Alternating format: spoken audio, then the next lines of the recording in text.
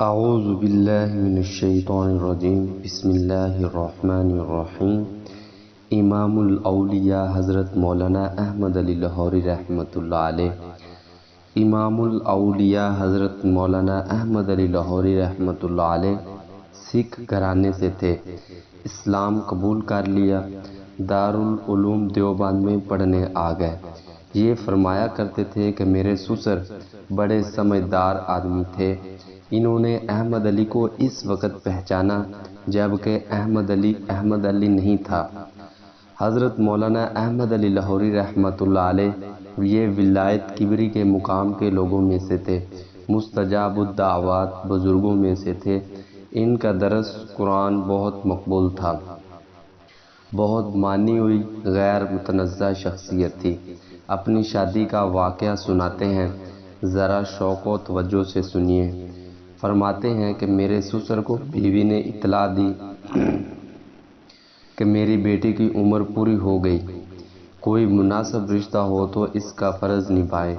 تو میرے سسر پنجاب کے مدارس میں اپنی بیٹی کے لیے مناسب بچہ ڈھونڈنے کے لیے نکلے۔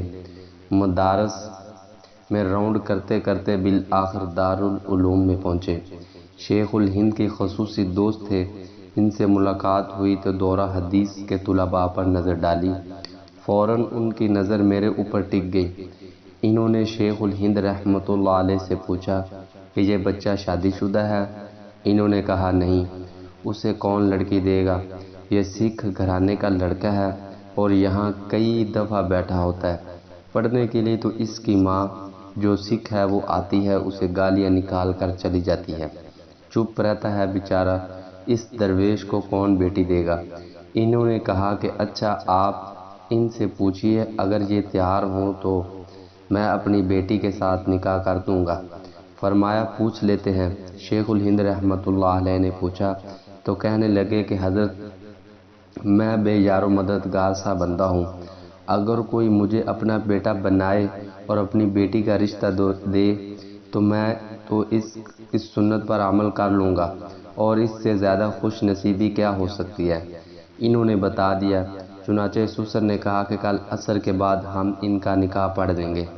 فرمانے لگے کہ میں کمرے میں آ گیا۔ اب میں نے اپنے دوستوں کو بتایا کہ بھائی کل میرا نکاح ہونا ہے، لہٰذا یہ خبر جنگل کی آگ کی طرح سب لڑکوں میں پھیل گئی۔ اب لڑکے آنے شروع ہو گئے۔ جناب کوئی کچھ کہتا، ایک نے کہا بھائی بات یہ ہے کہ یہ تم نے جو کپڑے پہنے ہوئے ہیں یہ تو بہت میلے کچیلے پرانے ہیں، تم کسی سے ادھار لے کر دوسرے پہن لو۔ میں نے کہہ دیا بھائی بات یہ ہے کہ میں نے کبھی کسی سے ادھار نہیں مانگا، جو ہے میرے اپنے ہیں، میں کسی سے لے کر نہیں چلتا۔ ساتھی نے کہا اچھا اگر آپ کسی سے ادھار نہیں مانگ سکتے تو مت مانگیے، ایسا کریں کہ کل ان کپڑوں کو آپ دھو کر صاف کر کے پھر پہن لینا، مجمع میں کم از کم صاف کپڑوں میں تو بیٹھو گے۔ فرمانے لگے میری بدبختی آ گئی کہ میں نے ہاں بھر لی۔ اگلے دن سبق ختم ہوا تو میں نے دھوتی سے باندھی اور کپڑے اتارے اور ان کو دھو ڈالا۔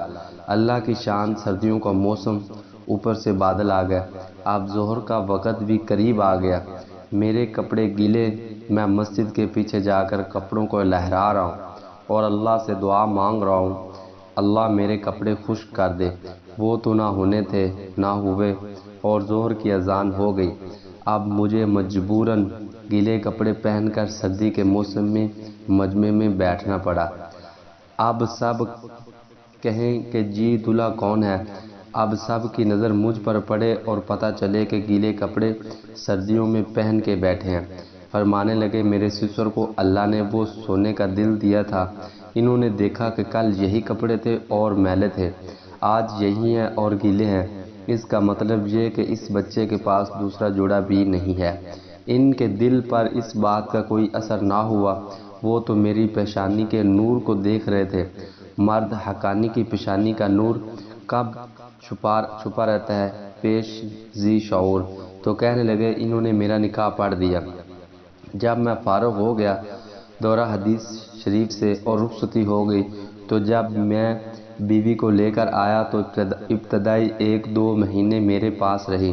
ان میں بھی یہی اسے فاقہ کرنا پڑا، کیونکہ میرے پاس تو کچھ ہوتا نہیں تھا، جو ملتا ہم دونوں کھا لیتے، ورنہ فاقہ سے دن گزارتے۔ مہینے کے بعد وہ اپنے میکے گئی، جیسے بچیاں جاتی ہیں شادی کے بعد۔ تو فرماتے ہیں کہ جب وہ اپنے گھر گئی تو اس کی ماں نے پوچھا، بیٹی تو نے اپنے گھر کو کیسا پایا؟ فرمانے لگی، اتنی تقیہ پاکیزہ وہ بچی تھی، اپنی ماں سے کہنے لگی کہ امی میں تو سنتی تھی کہ مر کر جنت میں جائیں گے، اور میں تو جیتے جاگتے جنت میں پہنچ گئی ہوں۔ اللہ اکبر! اتنی صابرہ شاکرہ تھی، کہنے لگی بس پھر اللہ تعالیٰ نے میرے گھر میں برکتیں دینی شروع کر دیں۔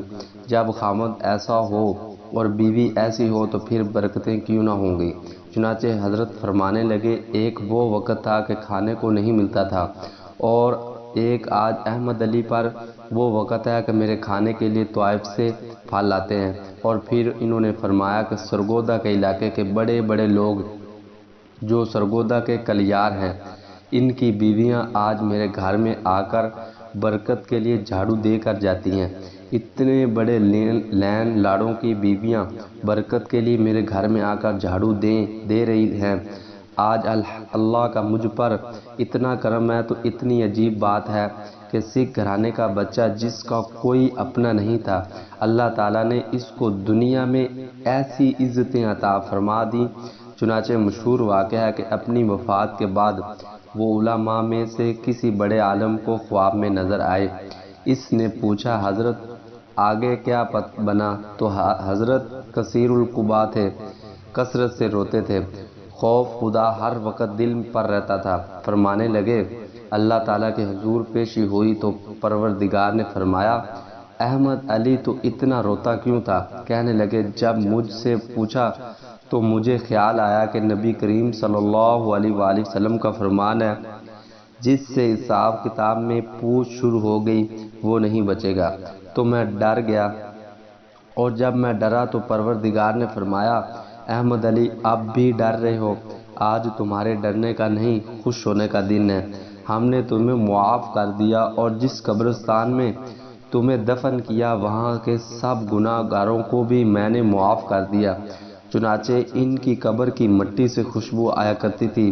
ہزاروں انسانوں نے ان کی قبر کی مٹی اٹھا کر گھر لے جانا شروع کر دیا۔ تو علماء متوجہ ہوئے، پھر انہوں نے مل کر مستقل دعا مانگی، اے اللہ بس جو چیز ظاہر ہو رہی ہے اس ظہور کو ختم کر دے، ورنہ لوگ مٹی ہی نہیں چھوڑیں گے۔ اللہ تعالیٰ نے اتنے صلحاء کی دعا کو قبول کر لیا، تب جا کر ان کی قبر سے خوشبو آنی بند ہوگی۔ اللہ تعالیٰ عزتیں فرما دیتے ہیں، جس کا اپنا کوئی نہیں ہوتا ساری دنیا پھر اس کی بن جاتی ہے۔ جس کو کھانے کے لیے روٹی نہیں ملتی، اس کو کھانے کے لیے پھر طائف سے پھل آیا کرتے تھے۔ ماشاءاللہ میرے دوستو، آج کے زمانے میں تو یہ آسان ہے، جب بحری جہاز آتے جاتے تھے، اس زمانے میں طائف سے پھل آنا کوئی آسان کام نہیں تھا۔ تو اللہ رب العزت دنیا میں عزتیں عطا فرماتے ہیں۔ اگر آپ کو ہماری ویڈیو اچھی لگے اس کو لائک بھی کر دیں، اس کو شیئر صدقے کی نیت سے کریں، اور بیل آئیکن کے بٹن کو دبانا مت بھولیے گا۔ جزاک اللہ و احسن الجزا۔ ہمیں بھی علماء کی اکرام کی قدر کرنی چاہیے۔